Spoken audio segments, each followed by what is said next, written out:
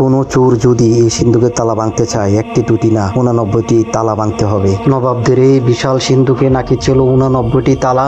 ভিতরে কি লুকিয়ে ছিল জানেন? ঘোড়ার গাড়ি আর রাজকীয় আসবাব। নবাবদের জীবন ছিল ঠিক কতটা বিলাসবহুল। এই লম্বা ডাইনিং টেবিলে একসঙ্গে কতজন খেতেন জানেন? এই যে পথে আমি হাঁটছি, এক সময় এই পথে হেঁটে বেড়াতেন নবাবরা। ভাবুন তো, যদি আজও নবাবরা এই প্রাসাদে বসবাস করতেন তাহলে কেমন হতো দৃশ্যটা। হয়তো চারদিকে থাকতো রাজকীয় ব্যস্ততা, ঘোড়ার গাড়ির শব্দ, অতিথিদের আনাগোনা আর বিলাসবহুল জীবনের এক অপূর্ব আভিজাত্য। আজ নবাবরা নেই, কিন্তু তাদের পথ চিহ্ন আর ইতিহাস এখনও বেঁচে আছে এই প্রাসাদের প্রতিটি ইট, দেয়াল আর পথের মাঝে।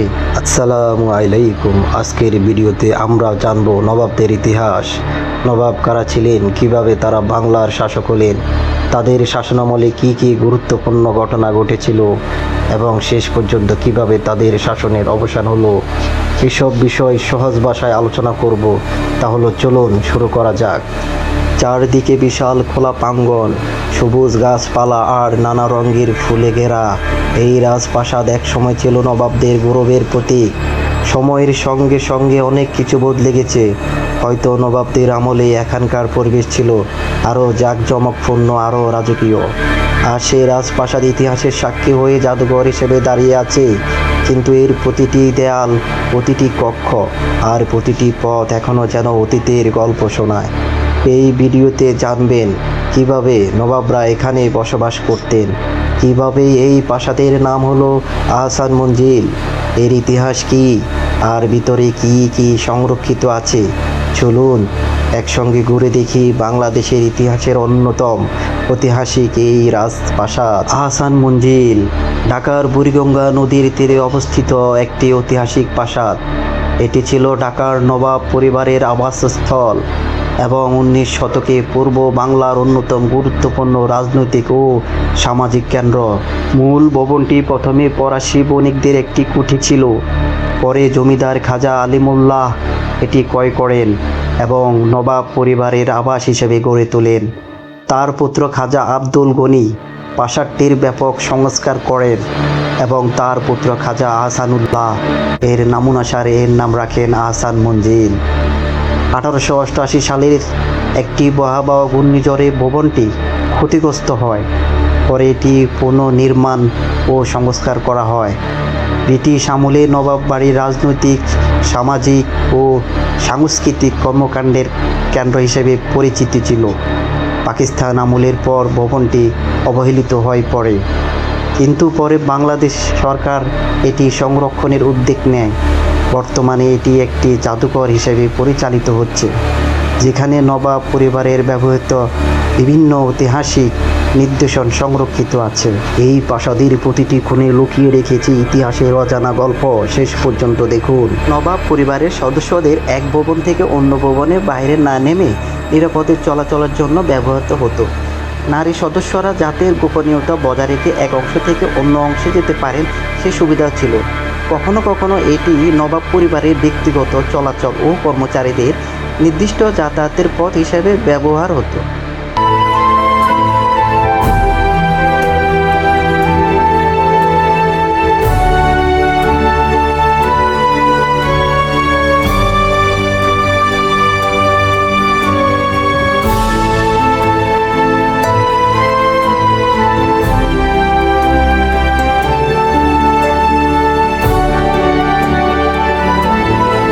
নবাব আমলের রাজকীয় আলোকসজ্জা, আর এটাকে বলা হয় জারবাতি।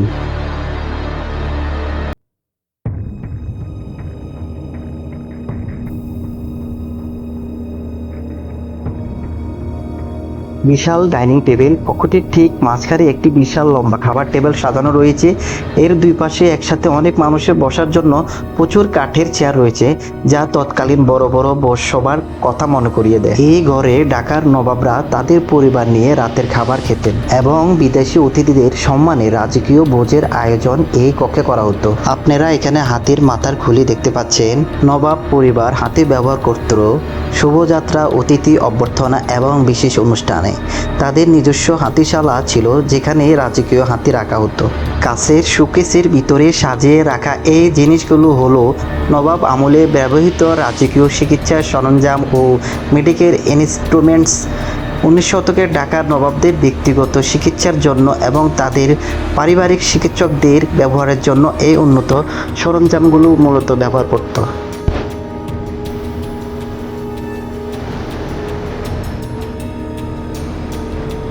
ঢাকার নবাবদের ব্যবহৃত কিছু ঐতিহাসিক খাবার পরিবেশনের বাসনকোসন ও ত্রাজসপত্র দেখা যাচ্ছে।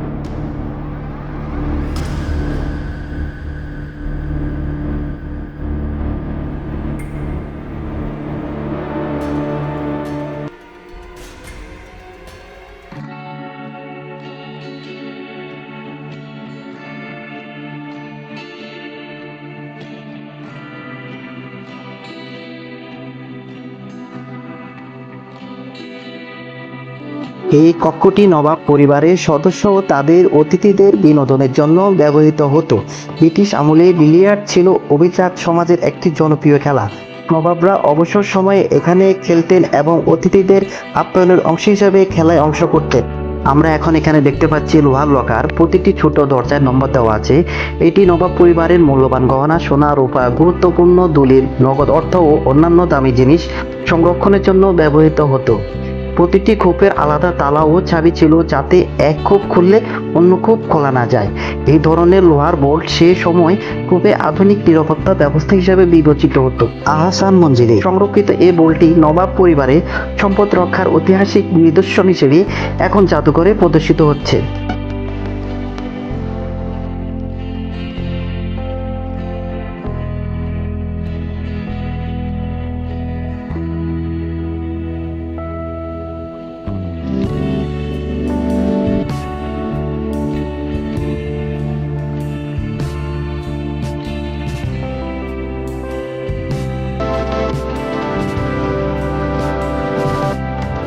আমরা এখন এখানে দেখতে পাচ্ছি কাচের আলমারিতে ভিতরে রাখা চীনামাটির বাটি ও থালা দেখা যাচ্ছে।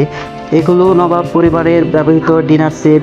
এ ধরনের পাত্র সাধারণত ব্যবহার হতো অতিথিদের খাবার পরিবেশনের জন্য, রাজকীয় খাওয়ার বিশেষ অনুষ্ঠানে। চলুন এবার সিঁড়ি বেয়ে উঠে যাই প্রাসাদের উপরের তলায়, দেখা যাক নবাবদের এই রাজপ্রাসাদের উপরে আমাদের জন্য কি কি চমৎকার ইতিহাস লুকিয়ে আছে। এখানে আমরা নবাব পরিবারের বেশ কিছু প্রতিকৃতি দেখতে পাচ্ছি। ধারণা করা যায় এগুলো নবাব পরিবারের সদস্যদের ছবি, যারা এক সময়ে রাজপ্রাসাদের ইতিহাস ও ঐতিহ্যের গুরুত্বপূর্ণ অংশ ছিলেন।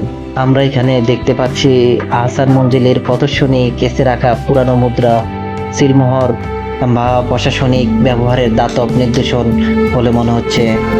আমরা যে এখন চেয়ারটি দেখতে পাচ্ছি, এটা নবাব পরিবারের ব্যবহৃত একটি প্রাচীন আনুষ্ঠানিক আসন। কাছে আসলেই বুঝতে পারবেন এটা অনেক সুন্দর।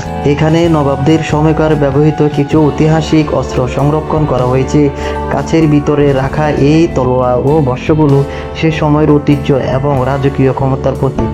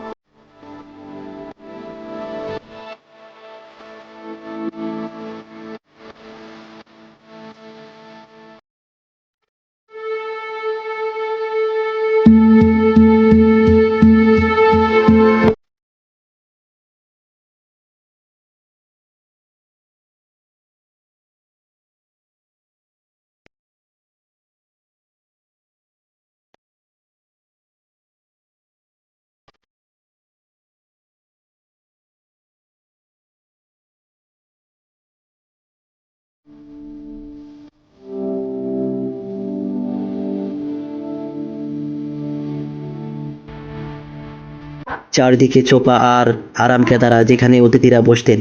মাঝখানে ছোট ছোট টি টেবিল, সামনে দেখা যাচ্ছে গদি, যা মেঝেতে বসার জন্য ব্যবহৃত হতো। পুরো ঘরটি এমনভাবে সাজানো যাতে অনেক অতিথি একসঙ্গে বসে আলাপ করতে পারেন। নবাব পরিবারের সদস্যরা বিশিষ্ট অতিথিদের অভ্যর্থনা করতেন। ব্রিটিশ কর্মকর্তা, জমিদার, ব্যবসায়ী ও অন্যান্য গুরুত্বপূর্ণ ব্যক্তিদের সঙ্গে বৈঠক ও আড্ডা হতো।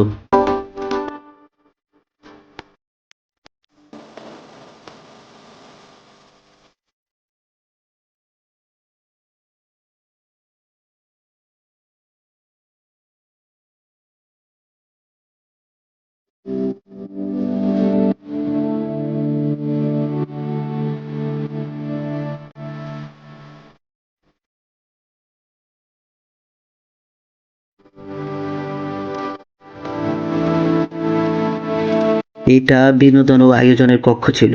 ব্রিটিশ আমলে নবাব স্যার খাজা আব্দুল গনি এবং নবাব খাজা আহসানুল্লাহ সময় এখানে নিয়মিত জলসার আয়োজন করা হতো। দেশি হিন্দুস্তানি উচ্চাঙ্গ সঙ্গীত ও নাচের পাশাপাশি এখানে ইউরোপীয় নাচ গানের আসরও বসতো। নবাবদের আমন্ত্রণে দেশি বিদেশি উচ্চপদস্থ সরকারি কর্মকর্তা ও গণ্যমান্য ব্যক্তিরা এসব জলসায় অংশ নিতেন।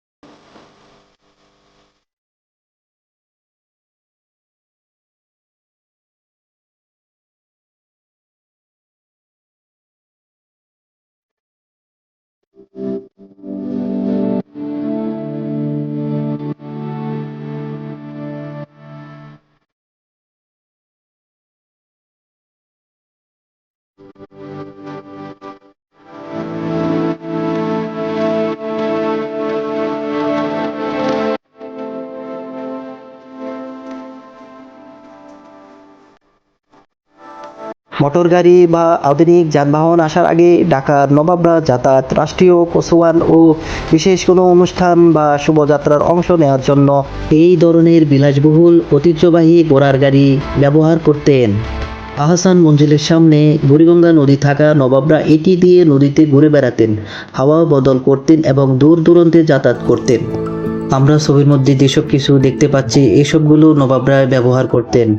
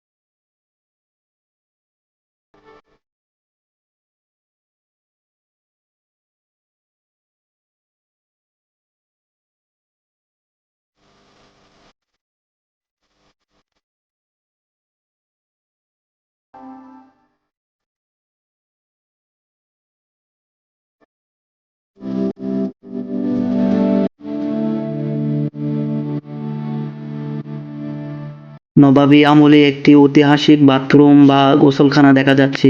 তৎকালীন সময় তুলনায় এটি ছিল অত্যন্ত আধুনিক এবং বিলাসবহুল। সামনে যে বড় কড়াই বা গামলা আকৃতির ধাতব পাত্রটি দেখা যাচ্ছে সেটি মূলত গোসলের পানি, বিশেষ করে গরম পানি বা সুগন্ধিযুক্ত পানি রাখার জন্য ব্যবহার করা হতো। এই ছিল বাংলাদেশের ঐতিহাসিক স্থাপনা আহসান মঞ্জিলের সংক্ষিপ্ত ভ্রমণ। শত বছরের ইতিহাস আর নবাবদের স্মৃতি আজও এই প্রাসাদের প্রতিটি কোণে জীবন্ত হয়ে আছে। আশা করি ভিডিওটি আপনাদের ভালো লেগেছে। আবার দেখা হবে নতুন কোনো ঐতিহাসিক স্থান নিয়ে। আল্লাহ হাফেজ।